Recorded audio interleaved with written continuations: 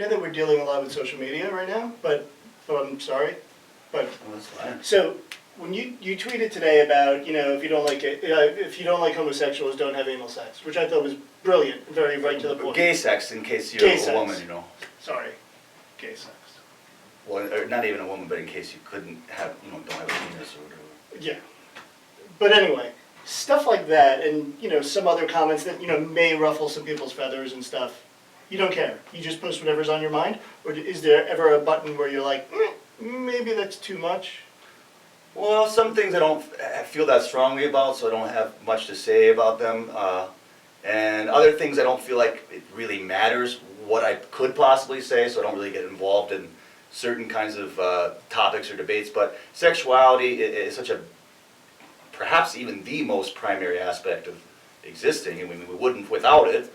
So that one feels more like everybody has the right to sort of say how they feel, and I just seem like most people would probably agree with it. It's hard to not agree with that statement. I mean, unless you are someone who doesn't like homosexuals yet you choose to have gay sex, there could be someone out there that is that and feels that way and would be very offended by that statement that I made, saying they could say, I hate all gays, but I enjoy having gay sex. How dare you tell me not to do it? So, How many tweets like that did you get? None that I saw. But I'm thinking like as far out as you could go. Yeah. You never know. But I also, with what you're saying, I agree. It's not necessarily best to censor yourself or your feelings or what you'd like to tell people just because someone might get mad. You know, Right. Someone's gonna get mad at, or have a critical idea about anything you pretty much do, and then you're just going to wind up sitting there doing nothing because what if someone doesn't like it, you know? Right.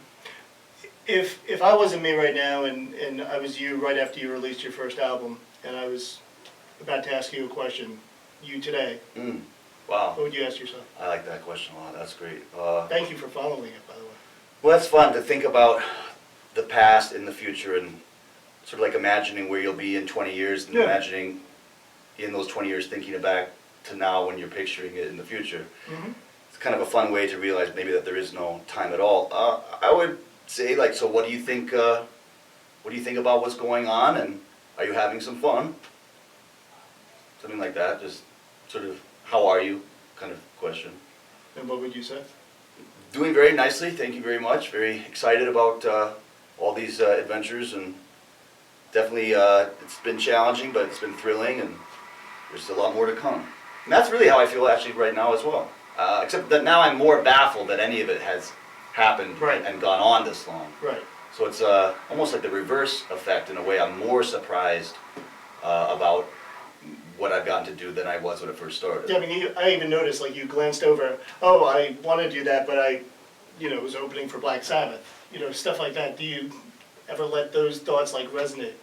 Yeah, it doesn't make any sense to me. No. And that's the most humbling aspect of those types of events. Some things make more sense, some things make less, but all in all, to me, and I hope it's encouraging, there's no reason that anyone should be able to do what I've gotten to do, even for a short time, let alone for over 10 years. So to me, it's really proof that just about anything is possible, and certainly most dreams of a career or a path or what you can do to make a living and have fun. I really hope that my story, my example is motivating to show people that you can be a professional partier. Because I had a lot of people tell me that there's just no way you can do what you're doing, and even I agreed with them to a point, but then I see what's happened. So it's very inspiring, and I'm very thankful that any of this has happened. And it's continued to somehow. It's a team effort. That's what I chalk it up to. It's a lot of people that are making this happen. It's not just me. And even beyond these other folks, maybe it's forces that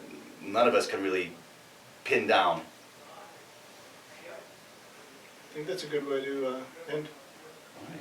Well, thank you, John. Thanks a lot. Great questions. Thank you very Awesome. much.